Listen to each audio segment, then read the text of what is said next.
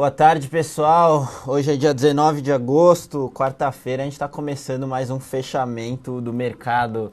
Eu, Ricardo Kim, aqui com o Caio Toledo. Boa tarde, Caio. Vamos lá, boa tarde, Kim, boa tarde, pessoal. Começando mais um fechamento de mercado. Hoje nem com o André Moraes, nem com o Celso Plácido. Isso aí. Mas a gente vai conseguir debater os principais tópicos aqui que mexeram no mercado hoje. A gente começa aqui com o Brasil, talvez para depois ir para a parte do Fed, a ata do FONC. Começando com o Brasil, eu acho que a notícia que mais mexeu hoje foi a questão da intervenção do governo voltando nos bancos. O governo está usando o Banco do Brasil e a Caixa para oferecer crédito com juros mais baixos, principalmente para o setor automotivo. Então, voltando ali àquela velha política do primeiro mandato, do mandato de 2008 até 2014. E lembrando que uma outra sinalização interessante que o mercado está comentando é que quando o Joaquim Levy entrou no governo, entrou como ministro da Fazenda, ele criticou bastante, né, essa política ali de usar os bancos públicos para oferecer crédito e impulsionar. Um dos argumentos aqui, isso aí fazia com que, na verdade, essa política já estava bem esgotada. E hoje a gente teve essa notícia um pouco na contramão, né, do que a gente estava vendo nos últimos meses. Mexeu bastante, principalmente com o Banco do Brasil, abriu com forte queda. Tirando isso, você tem diversas medidas passando, né, no Senado e na Câmara, a questão do aumento do FGTS, da remuneração, questão de desonerações também. Então isso tudo aí trazendo muita incerteza para o nosso mercado doméstico, né, Caio? Então, na minha visão, que até queria passar isso para todos, comentei hoje lá no Investidor, eu acho que veio uma questão de meio cheque no Levy na política econômica ortodoxa. Então, quando o Levy entrou, foi aplicada uma política ortodoxa. Ela até 2014 era uma política mais heterodoxa, do governo intervindo na economia. O Levy entrou no governo e tomou muita credibilidade para isso. Era o quê? Corte de gastos, ajuste fiscal, governo parando de intervir na economia, deixando o dólar fluir. Então, hoje, nós vimos o governo voltar ao paradigma econômico de 2012, desde 2013, vamos colocar, que é baseado em cima do crédito. Mas, porém, pessoal, nós não temos mais o impulso da China como tínhamos em 2003. É isso aí. Fora isso, acho que nós estamos priorizando um setor que, na minha visão, Kim, é um setor que já está um pouco esgotado, que é o setor automotivo. Uhum. Se a gente pensar, quem trocou de carro em 2012 não vai trocar de carro de novo em 2015. Então, acho que... com menos renda disponível. Exatamente. E aí desemprego aumentando. Exatamente. Fica difícil, como se isso não bastasse no mercado doméstico. A gente tem mercado lá fora que estava pesando bastante desde o início do dia. Todo mundo esperando a ata do FONC, todo mundo muito cauteloso com a questão de China desacelerando, eles desvalorizaram moeda lá, petróleo para baixo ali com o aumento de estoques lá nos Estados Unidos. Então tudo isso também pesou bastante na Bolsa aqui Brasil. Agora passar para a ata do FONC, que mexeu bastante no mercado, para depois sim a gente passar para os papéis. Hoje, um pouquinho antes das 3, já tinha saído a minuta, a ata do FONC com relação à última reunião. Todo mundo espera muito esse texto para entender se o início do aumento, do ciclo de aumento de juros lá nos Estados Unidos vai começar em setembro, em dezembro ou até no ano que vem. Mas o que deu a entender a ata é que a gente tem opiniões bem divergentes lá dentro, nos oficiais. A gente tem a maioria deles achando que as condições não chegaram ainda no ponto que você pode aumentar juros agora em setembro. Alguns falando que sim, esse ponto já está chegando e deixaria a porta aberta para aumentar os juros em setembro. E também eles preocupados com a inflação, né? A inflação vindo aí de certa forma baixa e difícil ver isso chegando, a inflação chegando perto da meta de 2% que eles querem. Ao final das contas, o mercado leu como menores probabilidades de aumento de juros em setembro, né? Acho que a opinião foi muito divergente pelo Fed, acho que ficou bem dividido, o pessoal ainda esperando sinalizações. Eu, na minha opinião, acho que vem algo para dezembro, acho que para setembro é muito curto prazo. Essa questão de China vai continuar no radar, porque uma hora a China fala, não, aqui parou, desvalorização, não teremos mais. Daqui a pouco surge alguma especulação que dentro do governo há possibilidade de desvalorização ainda maior. Então, Eu acho que, fora a questão chinesa e a questão da inflação interna, eu acho que muito provavelmente teremos um aumento de juros só em dezembro. Eu acho que setembro fica muito curto prazo. Boa, até o mercado lá fora precificou isso, Exatamente. as bolsas lá arrefeceram bastante, estavam caindo bastante, caíram bem menos e dólar aqui cedeu bastante, mas a gente já consegue emendar ali no dólar, né? Se você puder dar uma olhada, caiu no gráfico Eu do queria até dólar. mostrar, acho que o dia de hoje foi um dia bem típico. Olha, pessoal, abertura do mercado lá fora, 10,45. Olha a espichada do dólar. Muito pelo cenário interno, né? Toda essa questão de mudança, retomada do paradigma político heterodoxo. O dólar explodiu.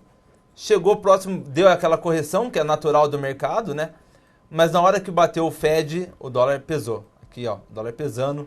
E agora ele acabou retomando o viés de alta, ainda olhando muito o cenário interno. Hoje nós tivemos alguns trades no dólar aqui dentro, mas o mercado foi de difícil leitura, porque a gente estava com viés de alta muito forte sobre o ativo. Depois o Fed começou a dar uma certa pesada. Deixa eu colocar aqui no diário para nós. Uma coisa que eu estou olhando muito é que depois que nós rompemos esse patamar de 3,45, o dólar tem batido muito cabeça nessa região. Então, acho que, na minha opinião, o dólar tende a superar esse 3,60 e continuar indo rumo a um 3,75, que, na minha visão, deve ser o topo do ano de 2015. Mas vamos ficar atentos no gráfico.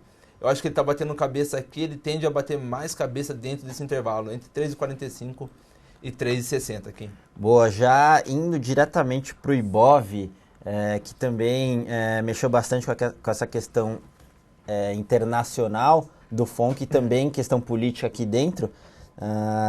Tem gente perguntando se bater aqueles 45 mil, para onde vai, Caio? Então, essa que acho que é a grande questão, né? Se eu projetando alvos, eu tinha projetado o primeiro alvo, que foi o alvo de hoje. Põe na tela, por favor. Que eu peguei esse topo, esse fundo, fiz uma projeção. Deixa eu fazer aqui novamente, só para mostrar. Olha lá. Peguei desse topo a esse fundo, fiz a projeção aqui para baixo. E meu primeiro alvo era o ponto que nós estamos agora, esse 46.500 pontos. Então o mercado aqui eu acho que deve bater um pouco de cabeça, mas se perdermos esse ponto, muito provavelmente iremos para os 45 mil pontos. A partir do 45 mil, tem ainda espaço para queda? Tem, mas eu preciso de alguma sinalização mais clara ali para poder pensar em números para o Ibov, tá bom? Então acho que se perder essa região, viremos 45 mil. Se perder essa região, nós temos suporte lá embaixo. Nós temos um suporte só aqui nos 35 mil pontos. Então o cenário fica muito nebuloso se perder. Já está nebuloso, né, aqui? Mas fica pior se perder esses 45 mil pontos, podendo chegar até os 35 mil pontos. Quem diria?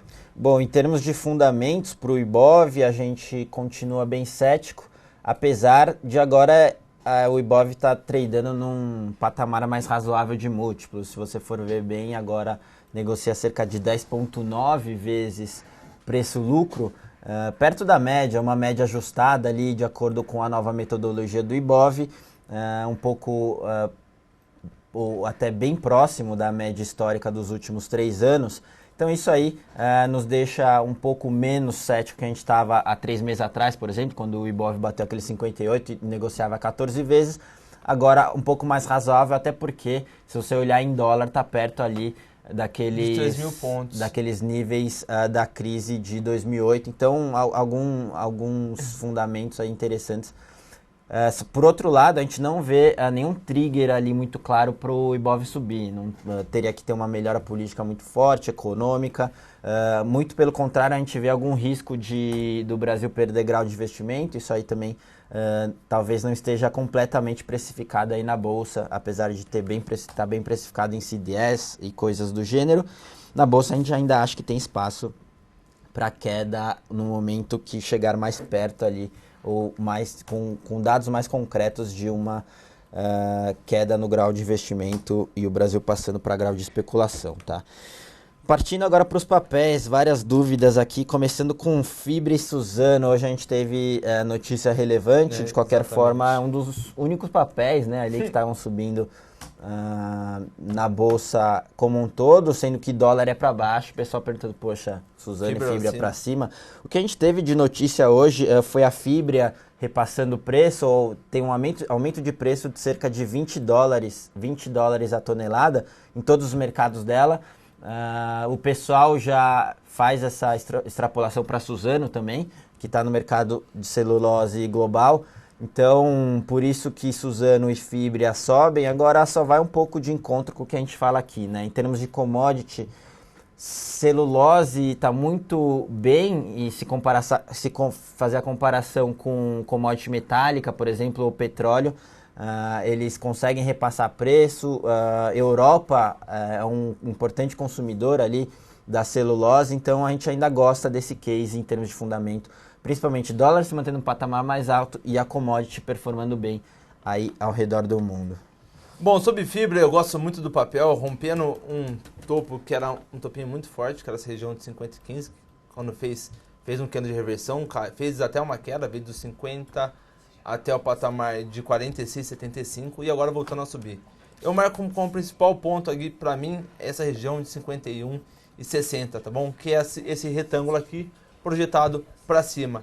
Kim, eu só queria mostrar uma coisa, porque eu tô tão pessimista para o Ibov. Pessoal, eu vou passar com vocês todos os bancos e Ambev, que são os papéis que eu acredito que tem muito impacto dentro do Ibov. Olhem o Bradesco semanal. Olha a queda de Bradesco, nós até havíamos comentado muito sobre essa queda, quando perdeu esse patamar aqui no semanal. Olhem o YouTube também no semanal, perdendo também região muito importante de suporte. Banco do Brasil, perdendo um OCO, uma LTA e uma suporte muito importante. Então, também tem espaço para queda. Olha a Ambev, também no semanal, querendo perder esse suporte aqui depois de um topo duplo.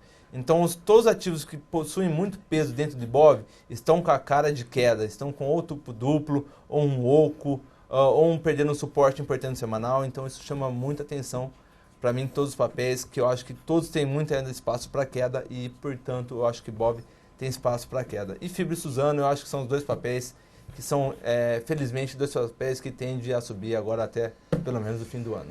Boa, passando para outra blue chip aqui, Petrobras, não poderia deixar de faltar. Exato. Hoje a gente teve alguns dados de petróleo, etc. Mas o que você está vendo aí para Petro? Eu acho que todo mundo já sabe que a gente é bem cético em termos de fundamento. Acho que a questão da multa de ontem também pegou o mercado de jeito. A questão do Murilo Ferreira contra a abertura de capital de BR Distribuidoras também impactou o petróleo. Hoje o petróleo caindo, mas eu ainda estou naquele alvo de 8,05 para mim em Petro. Põe na minha tela, por favor, Luquinhas. O que eu marquei aqui em Petro? Esse cai, lateraliza, cai. Então eu sempre faço isso, caiu. Marco fundo, marco topo, perdendo fundo, eu vendo. Sem pegar essa projeção desse topo até esse fundo e colocar para baixo, percebam, o nosso alvo é praticamente o fundo aqui, que é essa região de... Se eu não me engano, aqui é 8,15. Então eu estou bem pessimista para o papel, eu acho que tem muito espaço para cair, deve ir até a 8 bola e ali começar a bater cabeça para poder eu dar um repique e voltar a subir, mas eu acho que deve andar de lado e depois continuar a cair no Petro. Também não vejo nem nada de sinais para poder comprar Petro. Boa, em termos de fundamento, empresa extremamente alavancada, só com a alta do dólar, o endividamento dela já sobe. Você também tem, por outro lado, essa questão da provável multa. Você tem a questão do IPO de BR Distribuidora, que pode vir num valuation menor do que o mercado esperava, e até é um dos pontos ali do Murilo e de algumas cadeiras ali do Conselho de Administração, de que isso aí não seja agora o timing certo para fazer essa venda de um ativo que é bem interessante, um forte gerador de caixa, mas foi aprovada aí a venda de 25% e abertura de capital da BR Distribuidora. Passando aqui para os próximos, pessoal perguntando de Vivit. Vivit é uma empresa interessante, caiu bastante agora nos últimos dias por conta da conversa de JCP. A gente gosta em termos de fundamentos. Ela é um papel bem interessante para a carteira de dividendos, tem um dividend yield bem robusto ali. A gente, no setor de telecom, é a empresa que a gente prefere ali, se a gente tem algum movimento de consolidação, quem tende a ser beneficiado ali é Vivo e aproveitar a recente queda. De novo, ter uma posição do portfólio ali de dividendos é uma boa, não concentrar muito, como a gente sempre fala aqui, sempre importante diversificar. Bom, vou dar uma olhada. Vi24? Isso. Deixa eu dar. Coloquei aqui no gráfico já. Deixa eu colocar o gráfico em branco, que eu acho que fica mais fácil visualização. Então, põe na minha tela, por favor. Até comentei hoje, eu não estou gostando muito do gráfico também de Vivid, tá? Me chama a atenção essa região. Não chega a formar um ombro, cabeça, ombro, mas depois que perdeu essa região aqui, olha, eu vi um pivôzinho de baixa, aqui ó, topo, fundo, outro topo, voltou a cair, tentou voltar aqui para marcar essa região, deixa eu marcar aqui, ó. Então, isso daqui. Fez, olha lá, pivôzinho de baixa, perdeu, voltou a testar e voltando a cair. E eu ainda acredito nesse movimento aqui. Eu ainda, para comprar, infelizmente, eu não tenho pontos muito claros. Como esse fundo aqui não foi mais baixo do que esse outro, na minha opinião, ainda é muito cedo para poder comprar. Olha lá. Eu acho que tem muito espaço ainda para queda. Não sou comprador no papel. Eu preciso de um pivôzinho, alguma coisa aqui para poder comprar. Posso até ver os 60 minutos. Deixa eu pôr nos 60 minutos aqui. Deixa eu arrumar a cor do gráfico. Fica melhor para todo mundo visualizar. Eu só pensaria em comprar o papel caso superasse essa região aqui, ó. 42,38. Teria um pivôzinho de alta nos 60 minutos. Antes disso, pessoal, eu não recomendo compras. Boa. Pessoal falando bastante de SLED. Curiosidade aí de ver o que está acontecendo no gráfico para vocês. Em termos de fundamento, a gente pouco olha empresas menos líquidas, small caps, que é o caso de Saraiva, mas a gente teve alguns acontecimentos bem relevantes nos últimos meses, aí principalmente ela vendendo a parte de editora, que era talvez a parte ou o segmento que tinha mais upside, mais potencial de alta, eles venderam e ficaram só com a parte de varejo, que de certa forma vai sofrer bastante com esse cenário. Lembrando que eles tinham contratado o ex-CEO da Microsoft Brasil para tocar a reestruturação, ele saiu e aí depois teve essa venda, enfim, um cenário bem complicado. A gente não acha que é o ponto de compra ali, primeiro por conta de liquidez e segundo por esse cenário difícil para Saraiva SLED 4, se você puder dar uma olhada aí. Kim, para mim SLED 4 não tem nenhum ponto de compra. Na minha tela, por favor. Bom, topo, fundo, topo mais baixo. Perdeu esse ponto, para mim era a venda, tem um bom espaço para queda. Deixa eu colocar aqui. Aqui, ó. Chegando próximo é um 8, mas para mim a região é até abaixo de 0. Então eu não gosto do ativo, não tenho nenhum pivô de zero. Abaixo de 0. Acaba, fecha tudo. Eu não tenho nenhum ponto de compra, o pivô coloca o alvo lá embaixo, até fica negativo, então nem tem como projetar. Não gosto, não vejo nada. Se tivesse, por exemplo, ter dado um fundo duplo aqui nessa região, ok, mas ele perdeu tudo isso. Para mim isso aqui é um cai, lateraliza, cai. Então eu ficava de fora, negociação é muito ruim, liquidez é muito ruim, nem fujam desse papel. Beleza, passando aqui para Lame, pessoal perguntando de Lame, a gente gosta do papel, o problema é você ficar muito alocado em varejo. Agora, a gente nunca recomendaria uma exposição muito forte, mas se tivesse que escolher uma do varejo e consumo, lojas americanas seria uma boa. Ela tem o ticket médio menor, depende pouco de crédito com relação às outras, então, e depois dessa queda abre até um espaço para alguma alocação de novo, ainda que não concentrada. Bom, pessoal, vamos rapidamente aqui falar Lame 4. Superação 16 bola daria uma compra. Por enquanto, fiquem de fora.